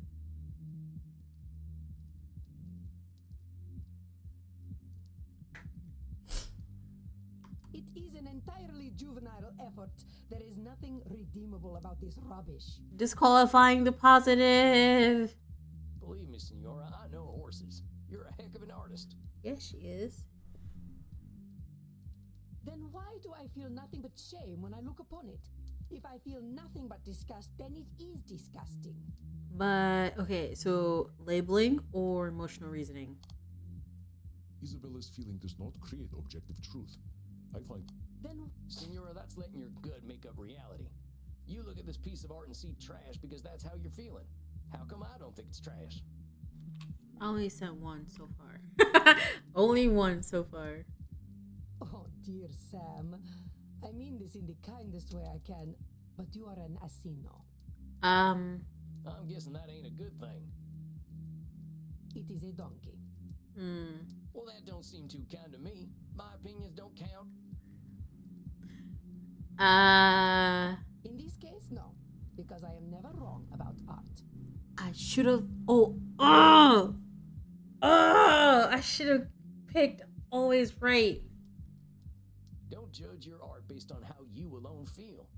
Feelings ain't reality, and someone else is always going to have another opinion. You are indeed correct, but no one will see this insult to Chiron. Why? Now, what the heck did you go and do that for, Senora? I did what one should do with garbage. It is better that the world never see such horrors. Now, who the heck said you should go ripping up your art? Where's that should coming from? It is the destiny of trash to be discarded. What happens if we leave rubbish sitting around? Sounds like me and my writing. My husband used to leave his filthy chicken bones everywhere. Wife, do not tell me what I should do. The dogs will clean it up. He invited maggots into my beautiful home. Are you suggesting that I was wrong to say we should have thrown away his disgusting refuse? Now, come on, Senora. Comparing something you should do to be clean and healthy ain't the same as saying you should trash your artwork. Where are my artist friends? Where y'all at? Is this what goes like through y'all mind when y'all be talking about y'all art? Is this what it's like? Because I know it's different, at least for me, when it comes to writing. But is this what Salem? Friend, no. No! Not trash. No trash. If you want to see real horror, ask me to draw anything other than my gun. I'd be mad as hell at y'all for it too. Yeah. Mad as fuck. What you mean what you mean your art is trash? The hell are you talking about? However, don't say that my writing isn't trash because I know it is. I mean, what are you really looking for here, Senora? You looking to bring this fella to life with your brush? Nah, you come back here. You stuck here. You think if you don't produce something completely perfect, it's garbage? In writer terms, y'all are the unreliable narrator. Yes. I apply the same standards to myself as I do to everyone else. Everybody time out and say something nice about your work. My writing isn't trash, it's decent. There, that's as good as you're gonna get from me. You're not gonna get anything else from me. Not trash, just decent. Leonardo da Vinci once painted an illustration of my city of Mantua for me. It was beautiful. Leonardo had a mastery over art that modern mortals will never understand. But it was full of imperfections. The shape of one of the windows was wrong. The clouds look slightly unnatural. I lit the painting on fire rather than let him embarrass himself. So why would I choose to embarrass myself?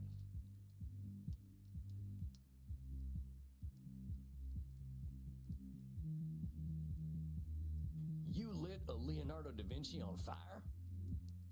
I lit rubbish on fire. Da Vinci painted it, but it was still rubbish. The standards of this lady. Dang, that fella must have been terrified of you. He was, though he had no reason to be. All he had to do was be better. It had nothing to do with me.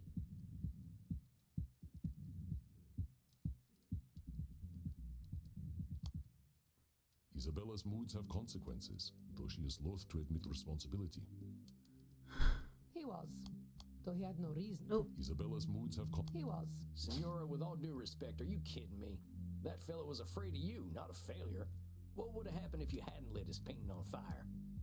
Then he would have been ashamed of a terrible piece of art. But you don't know that. Senora, this need for perfection you've got, it ain't doing good things for you. You hear that, Washu? You hear that? All my perfectionist people out there. How can you say this? By demanding perfection, I improve the work of others. I improve the work of myself. Well, maybe that's true, but you're doing something less useful. And what is that?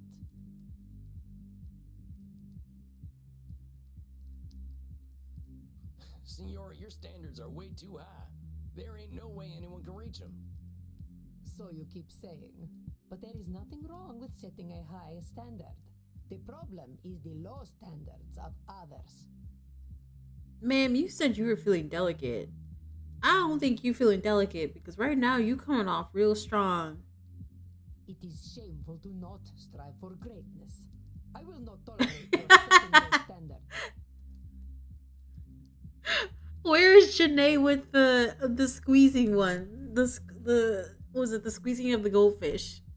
Janae, are you here? Give us that squeezing goldfish emote. You will not disgrace my presence with shallow thoughts. Am I understood? Yes, ma'am. No, wait, I meant to say... Senora, I gotta be honest here. You're terrifying everyone. You're terrifying your artists, your family, even yourself. Nah, we don't want the beans in here. Failure's a part of life. If imperfection's a mortal sin to you, ain't nobody gonna let you in on their imperfections. Not you, not your husband, and not your son neither. How dare Ooh! How dare you lecture me, peasant?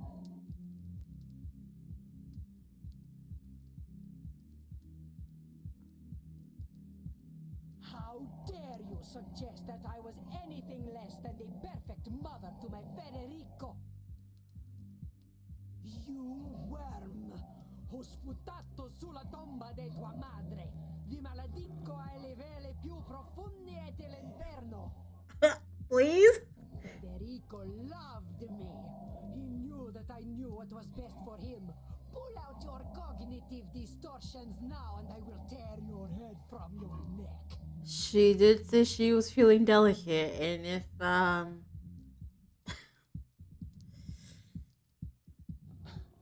ain't never said Federico didn't love you. All I was saying was... Zitto! Shut up, fool! You presume to tell me what I know. You, a common murderer! You who can barely speak your own language! I demanded perfection from my Federico so that he would not end up like his father, a degenerate leper whose penis hung by a thread of putrescent skin. I do not tolerate imperfection, not from myself, not from this world, and not from my son!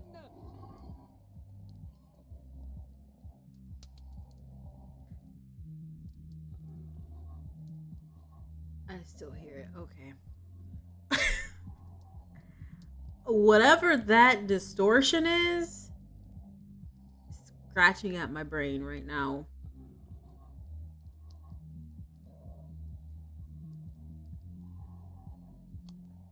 You know what, Senora? If you want to have that kind of control, you're gonna have it all by your lonesome. I'm trying to help you, and you're screaming at me. Why? Because you can't stand being wrong? Like I can hear it when she's talking, but my ears picked up on it actually being there while she's not talking, and I'm just like, uh, If I'm too scared to talk to you, what the hell are we doing here? What do you want me to do, lie to you? I ain't gonna do that, Isabella Deste. If you're looking for perfection, you're only gonna find liars, and that ain't me.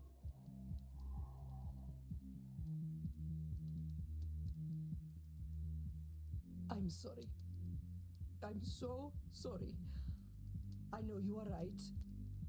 Oh, Federico, what have I done? okay. Hey, it's okay, Signora.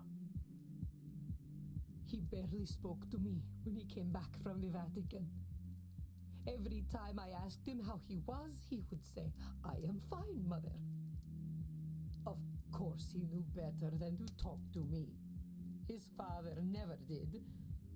No doubt it was I who drove them into the brothels. No? Isabella is assuming her husband's decisions were entirely to do with her. Blaming? He was a human with his... Of course. No? Isabella is assuming... Of course he knew better than to talk to me. His father... I think that's simplifying things a little, Signora. Your boys made their own decisions. There probably were a lot of reasons they went to the brothels, but putting it all on yourself just ain't accurate. You couldn't read their minds or control their behaviors. Perhaps not. But I am certain their whores did not criticize them as I did. I was only trying to make them demand better of themselves. Why did the world punish me for this? I read my Wikipedia page, you know. It was full of lies and slander. No doubt this is how history remembers me, with slander I have earned. I read that Wikipedia page too, Signora. And you know how I read it? The people are in awe of you. They call you the First Lady of the Renaissance, you know. This only proves that Machiavelli was right. That if one cannot be loved and feared, it is best to be feared. I think you're a little too down on yourself today, Signora. But here's what I think of Isabella Deste. Can I say all of them? You're ambitious as hell. From what you told me, it sounds like being a woman in your time wasn't an easy thing. But you proved you were capable of anything, and people had to respect that. Hell, you even ran your own city. You're gutsier than any man I've ever known. I am not sure I like this gutsy word very much, but I suppose I did well for my time. Signora, you did well for any time, believe me. You are so dang smart, Signora. I don't think people these days get an education like yours. You took it seriously. You know about art, music, philosophy, religion. And what's crazy is that a lot of those topics or subjects nowadays, unfortunately, aren't very fruitful in surviving, at least here in the United States. It's like you have to have that plus this and this to make like a decent living here in the United States with that.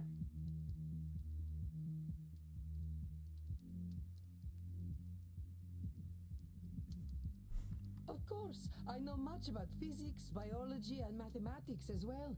Do not think me simply a woman of the arts. See what I mean? I'm only 200 some years old, and I think it's going to take me another 200 to know half the stuff you know. You should be proud, Signora. You know what? You come off as pretty harsh. I think we can agree on that. But you're a caring person. You want the best for the people you care about, no matter how hard it is on you. You literally gave your life to care for your family.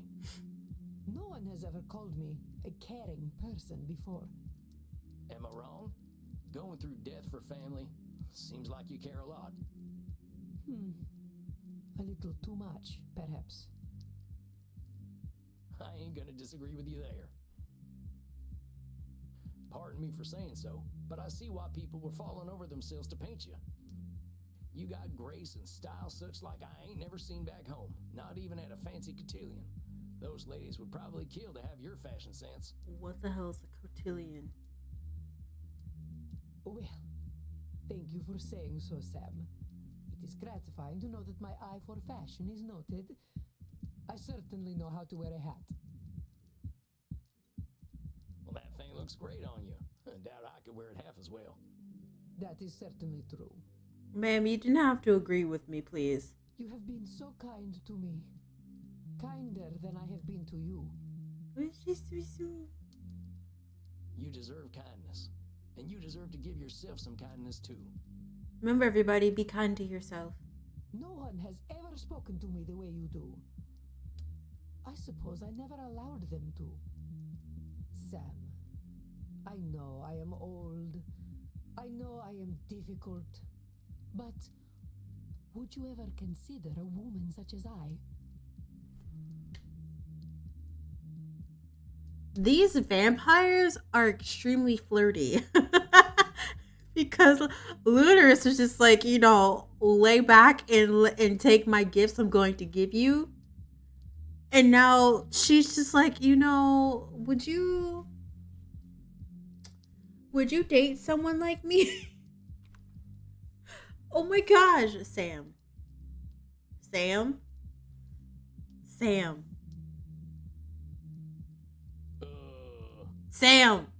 Senora, I'm here to help you on your personal journey.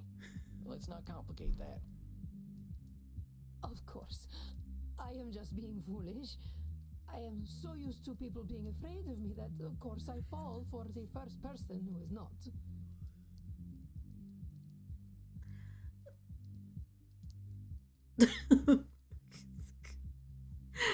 Nonsense, Cake. Nonsense. That's what's going on. Senora, I think if you can learn to give people a little room, they're gonna adore you. What if they see me as weak if I am gentle? What if my bearing was the thing that earned me respect? I do not wish to be discarded and ignored like so many women of my time. I think that would be disqualifying the positive. I'm not saying you gotta be meek, Senora. I reckon that ain't in your nature. I'm just saying to start with compassion. People are doing their best out there, and they deserve your understanding when they ain't perfect. Same goes for you. Don't go ripping up your art because it ain't perfect.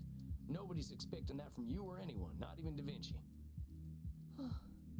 Yes, I suppose I must resign to the truth. I am powerless before inevitable imperfection. I suppose the Calvinists were right.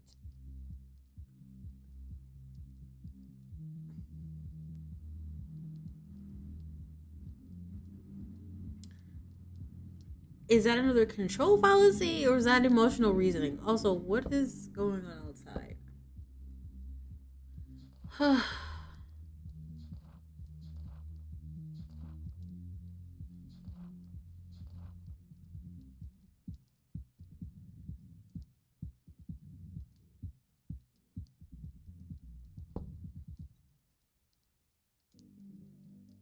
I have no clue what it could be. If Senora Deste cannot dominate, she sees herself as having no power. I believe you told me. Now don't go running in the opposite direction, Okay. Senora. That ambition comes from you. Not everyone's got it. So, keep striving to be better. Just give yourself a little compassion when you don't meet those super high standards you got. You hear that, Washu?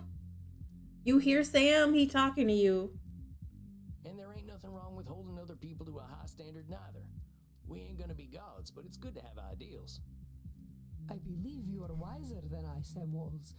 It is most humbling.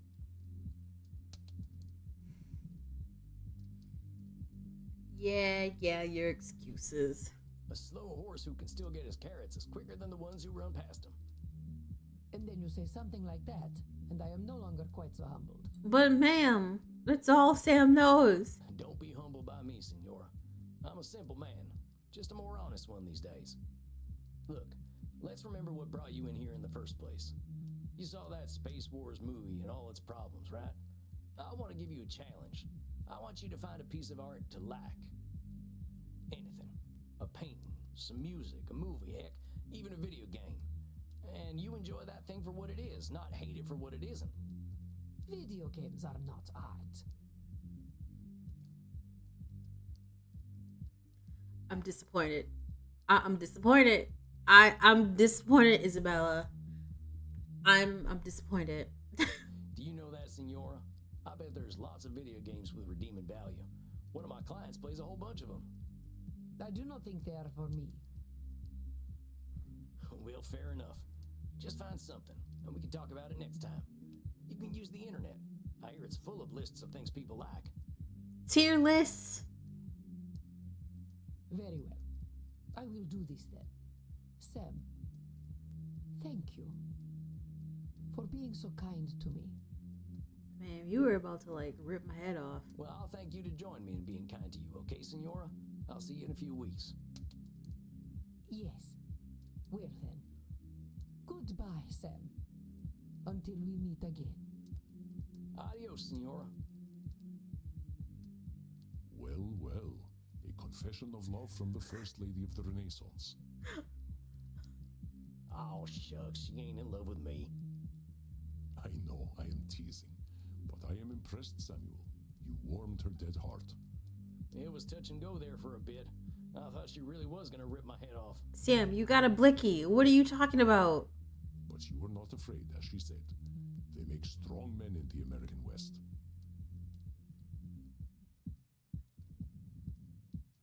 Tough living will do that to you, sure enough. Then let us relax. I hear you were dancing the other night. Please no. Oh, nuts. Do not be embarrassed, Samuel, but let us go downstairs. The night is still young and there's much to celebrate. All right, Andy. I think I'm game for a little R&R.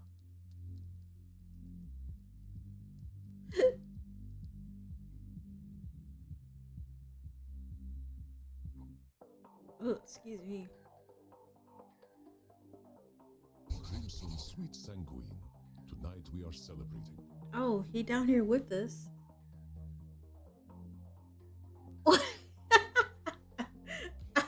Cake, please. I am pouring us all some shots. Verona Virgin 1492. A taste of a different time. You know I don't like drinking anything but fresh, Andy. Come on, Crimson. I know, dearest. This is a rare occasion. Samuel here was able to help a 500-year-old let go of her anger. So let us toast her age. Yay. To the Renaissance. Ugh, that tastes like dirt. Ugh, I think mine had a clot in it. Ew. It's not very good, is it? Oh well. Then let us instead toast leaving the past where it belongs. I think I've had my fill of the past tonight already. Fucking nasty. I know. Tastes like dirt and then had a clot in it. Excuse me? What were they eating in the 1500s? It was. I've got a better idea. Oh? Is that so? Of course, my dearest. I am delighted for you to share yourself. I'd like a little privacy. Come on, cowboy. Follow me to the kink room. Wait. We get the nibble on Crimson? Oh, well, all right then. Whew. Well, Samuel, you have the favor of a very special woman. It has been too long since I tended my own bar. Go have fun. Okay, Andy, you have a good night. Hey, cowboy. Hi, Crimson. Look, handsome. There's a reason I wanted to get you alone. Wanted to pick your brain about something. Okay. Okay. I'm hearing about all these clients of yours being stuck for hundreds of years, and I keep thinking, what if that's me? I've been half dead for 20 years. But do I want it to be 200? Have you talked to Andy about this? Yeah, but he's 3,000 years old. 20 years to him is like a month. I'm getting a little jealous of your vamps, if I'm honest. They're all moving forward, but I'm stuck in the same place. I've got Andy keeping me alive, but I'm not sure I'm living. The way I see it, Either I decide my time's up, or I decide to become a vampire. So, I wanted to ask, what's your favorite thing about living forever?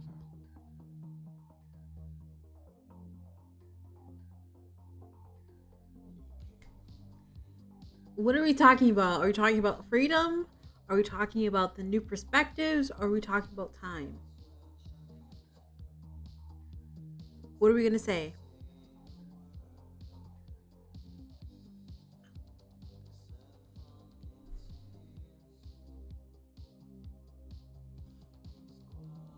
I immediately thought of the new perspectives, but I don't know if we have an option to talk about all of it. Because there's a reason why they gave us these 3 options. So I'm going to go with my first choice and see what happens. I like the night. Mortals are so tied to the sun, they miss out on a whole nother world. The night ain't so hectic. We ain't getting messages at all hours because everyone else is asleep. We got time for reading, for art, whatever we like, really. Crimson, in the end, this is your decision. You gotta decide for your own reasons. I should have saved before I did this. I know. You're right, Sam. It's helpful to get a youngster's perspective, though. I should have saved before I said this because I did not like that answer. That's not the new perspectives I was thinking that he was going to talk about. Now, are we gonna get to biting? Ooh, girl, we get to bite you? Hey. Oh, we're still doing that. Of course we are. Get in here, cowboy.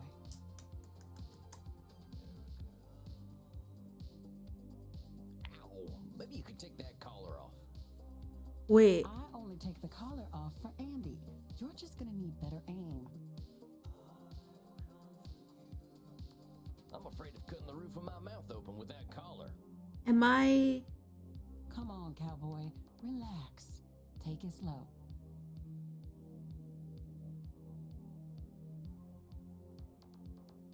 Where do you learn to bite, cowboy? Those are my arteries. I'm sorry, Crimson. Maybe I'm going colorblind. Let me try again.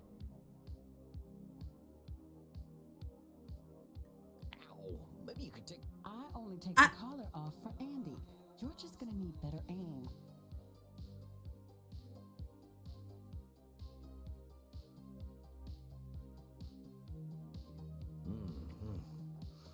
That is something else.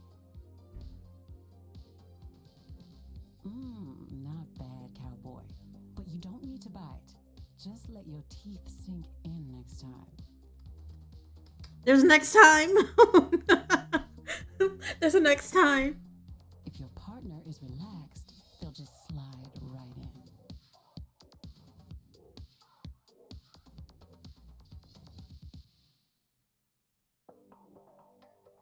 Oh, well, thanks, Crimson. I'll try to remember that. Bet you're pretty sleepy now, huh? Well, yeah, now that you mention it. Go get some sleep then, cowboy. And Sam, thank you. I'm glad you're around. Where else would I be? I'm glad to be of service, ma'am. You have a fine evening.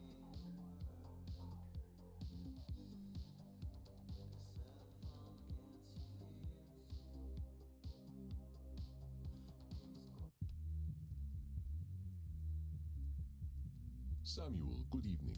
How is my ever-impressive protege today? Oh, we got to nibble on Crimson. I'm happy. I'm happy. Let me go ahead and save because this is actually where. Let me save one more time. Yep. All right. End of the stream, everybody. Thank you all for hanging with me for as long as you did today. I know I forgot to do a Twitter post, but I'm just like, you know what? It's whatever. I'm streaming. I'm here.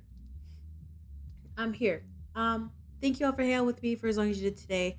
I appreciate every single one of you. If you're new to the stream, do me a favor, hit that follow button. Check me out on Ko-Fi, and also check me out on all the various social media platforms that I'm on. Be there, be out of luck. That's what today is, and who knows what Thursday is gonna be like. We'll see. Speaking of Thursday, I'm actually switching the schedule around. Thursday, I'm playing Persona 5 because I want to get through that game, and then Friday, I'm playing Whispers of the Eyeless, which is a new New game. Thank you, Jazzy, for posting. Thank you for hanging out with me. Y'all have a good night. I will see y'all on Thursday. I'm not sending y'all to anybody either. Y'all can disperse at your own free will. But I'm going to head out. I'm going to go work out for a little bit and then go pass out. I will see y'all on Thursday.